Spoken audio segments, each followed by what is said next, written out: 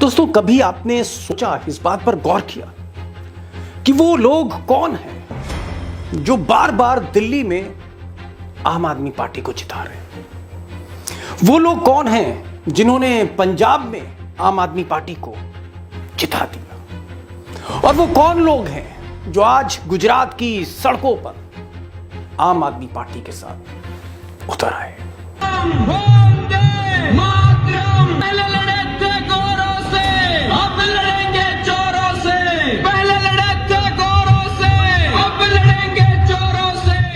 अब मोदी और अमित शाह के इस शहर में, अहमदाबाद में, ये जो भीड़ उतरी है आज केजरीवाल के साथ, इसको देखकर लगता है कुछ तो वजह है, कोई तो बात है जो दोबारा लोग केजरीवाल को सुनने लगे।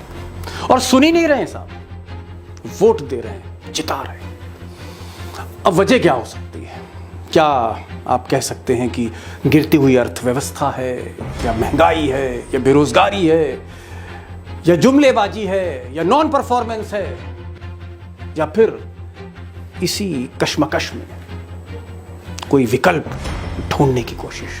दोस्तों, हम यहाँ पे बीजेपी को हराने नहीं आए, हम यहाँ पे कांग्रेस को हराने नहीं आए, हम यहाँ पे देश को जिताने आए हैं, गुजरात को जिताने आए हैं। हमें राजनीति करनी नहीं आती, हम देश को जिताने आए हैं। 25 साल आप लोगों ने इनको मौका दिया, एक मौका हमें भी देके देखो। अब दोस्तों, जहां इस देश में जो मुख्य विपक्षी पार्टियां जैसे कांग्रेस या और पार्टियां ये पिछले कुछ सालों में लगातार हार रही हैं, सिमट रही हैं, तरक रही हैं, वहीं अगर आप आम आदमी पार्टी को देखेंगे तो भले ही धीमे धीमे से ही, लेकिन एक एक करके राज्य अपनी गिरफ्त में लेती जा रही है। जैसे दिल्ली, बार बार दिल्ली को जीता, और प्रचंड बहुमत के साथ पंजाब, स्लाइडिंग विक्ट्री, एक जबरदस्त जीत, पंजाब भी जीता, धीरे धीरे ही सही। और अगर हम जमीनी हकीकत देखें आम आदमी पार्टी की, तो ये बात सच है कि संसाधन सीमित हैं, संगठन सीमित है, और अरविंद केजरीवाल के पास आज कोई गौतम अडानी, मुकेश अंबानी, कोई बजाज, कोई किर्लोस्कर नहीं है, कॉरपोरेट पावर नहीं है, फंड्स उतने नहीं हैं। इसीलिए वो ज़्यादातर ट्रायल एंड एरर मेथड पर भरोसा करते हैं। अब आप कहेंगे ट्रायल एंड एरर क्या है, ये थ्योरी क्या है? ये थ्योरी ये है कि वो टेस्ट करते हैं, पहले छोटे छोटे राज्य हैं और वहाँ पर चुनाव लड़ने की कोशिश करते हैं, उम्मीदवार उतारते हैं, और अगर उनको थोड़ी सी भी सफलता मिलती है, जैसे दिल्ली में मिली, जैसे पंजाब में मिली, तो फिर वो पूरी ताकत के साथ, संगठन की पूरी ताकत के साथ, एक मिशन की तरह उस राज्य में पूरी तरह छा जाते हैं, और नतीजे आपके सामने।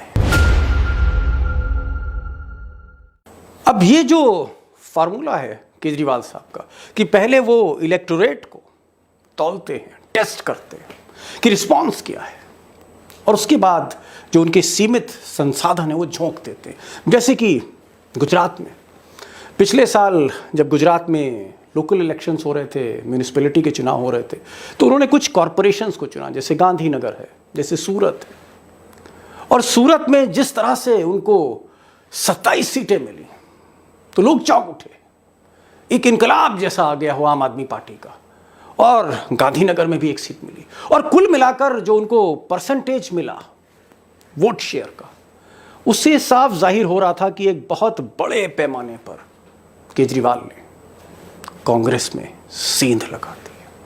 असर तो इसका मोदी जी पे भी हुआ, अमित शाह पे हुआ, जिन्होंने अपनी पूरी कैबिनेट ही बदल दी। अब दोस्तों, अरविंद केजरीवाल बाकी जो नेता हैं उससे मैं कहूँगा अलग इसलिए हैं क्योंकि वो एक इनकम टैक्स कमिश्नर थे।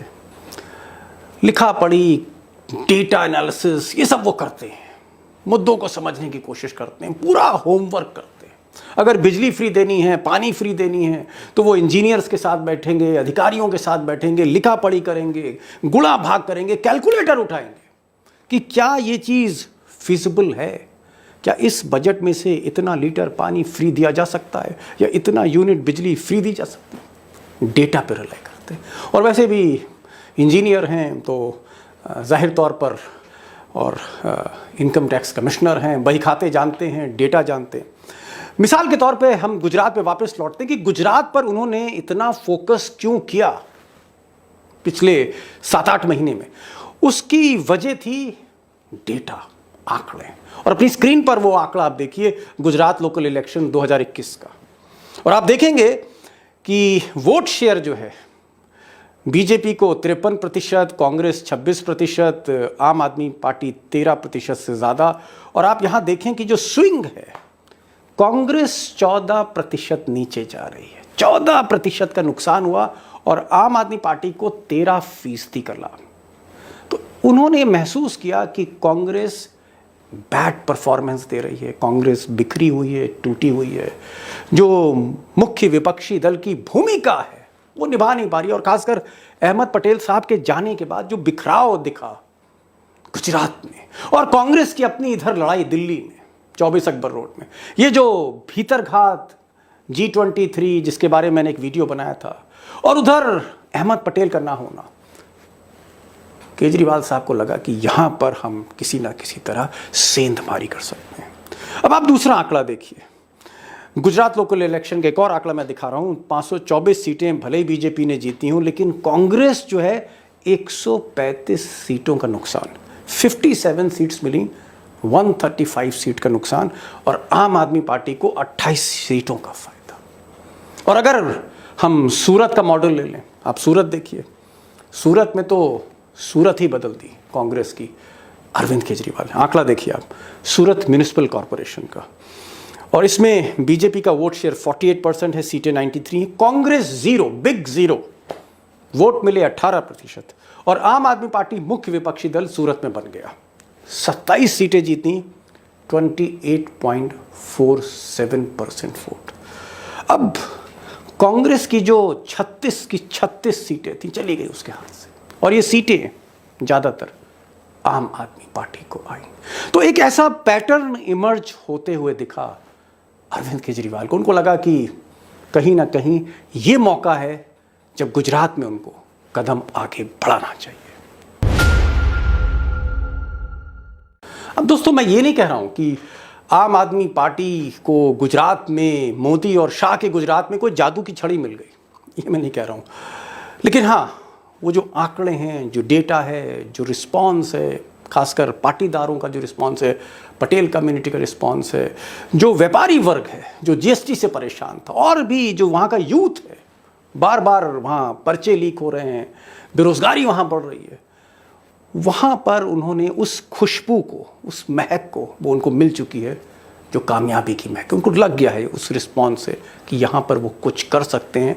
अब आप कहेंगे कि साहब ये जो वोट परसेंट है ये तो बहुत मामूली है गुजरात में, इसके आधार पर क्या वो छलांग लगा सकते हैं इस साल के आखिर में? मैं एक आंकड़ा आपको दिखाना चाह रहा हूँ पंजाब का। पंजाब में 2017 में मैंने वो इलेक्शन कवर किया, वहाँ मैं 15-20 दिन रहा पंजाब में। वहाँ पर सिर्फ उनको 23% वोट मिले थे, और उस वक्त कांग्रेस का जो वोट शेयर था वो 38% था, अकाली दल का जो था 33% था, सिर्फ 23%।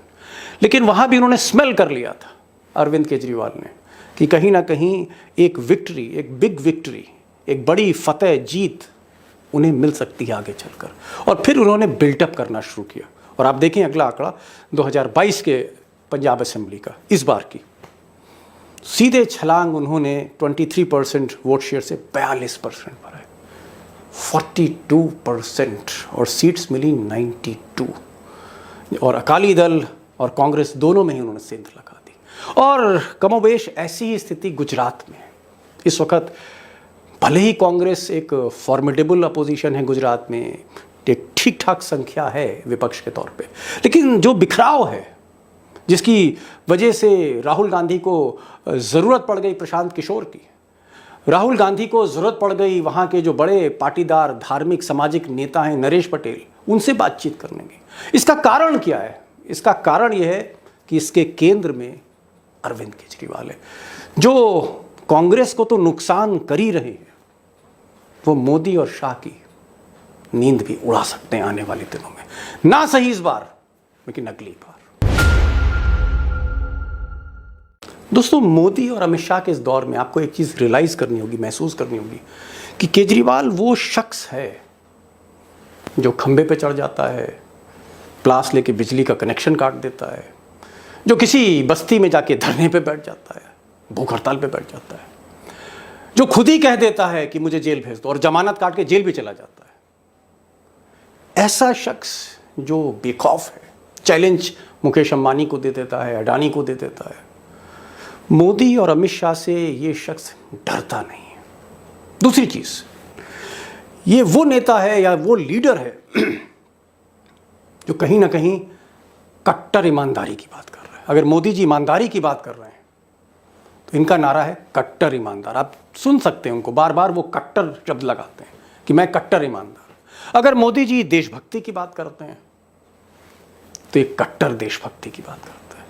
अगर मोदी जी अपने जुमले में कहीं भगत सिंह का जिक्र करते हैं तो ये भगत सिंह को की तस्वीर अपने चुनाव में सबसे आगे लगा देते हैं, पीली पगड़ी पहन लेते हैं।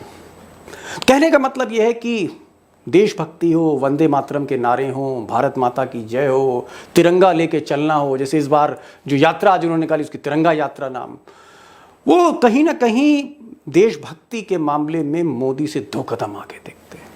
लेकिन इस देशभक्ति में एक प्लस पॉइंट है जहाँ पर वो मोदी से स्कोर करते हैं। उनकी इस देशभक्ति में, केजरीवाल की इस देशभक्ति में जो प्लस पॉइंट है सबसे बड़ा, अल्पसंख्यक भी साथ हैं। और इन अल्पसंख्यकों का साथ ये जो सेकुलर पॉलिटिक्स भी है, नेशनलिज्म भी है, पैट्रियटिज्म भी है, कॉन्स्टिट्यूशन भी है, और कोई अलग थलग करने की समाज को बात नहीं है, बांटने की बात नहीं, अल्पसंख्यक साथ में। ये कुछ वैसा ही सपना है जैसा कि हमारी पहली कॉन्स्टिट्यूएंट असेंबली ने देखा, जिसमें अंबेडकर जी थे, उसमें सरदार पटेल थे, जिसमें नेहरू थे, गांधी थे।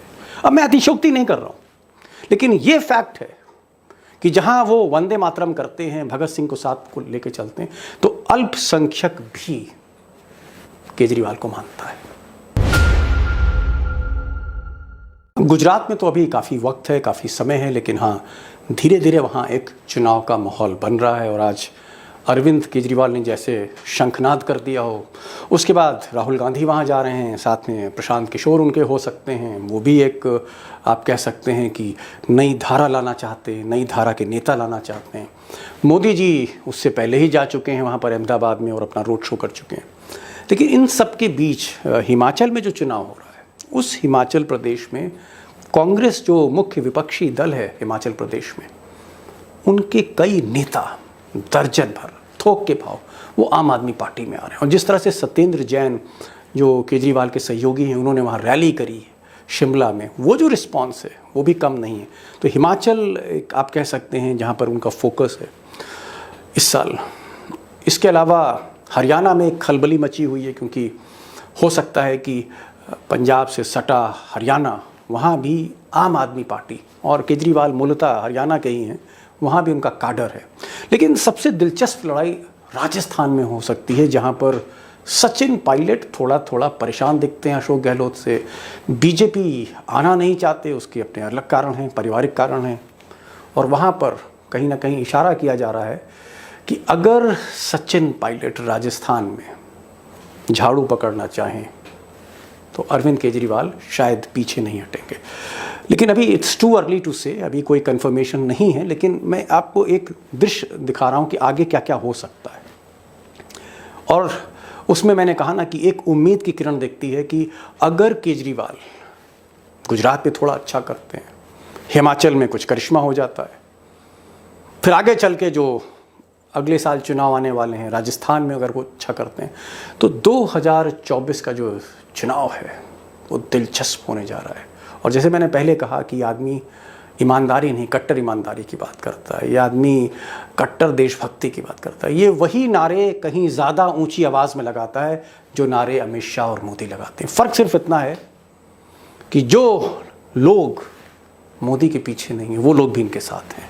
आप समझ रहे हैं मैं क्या कहना चाह रहा हूँ? एक कम्प्रिहेंसिव सपोर्ट आप कह सकते हैं बेस है उनके पास।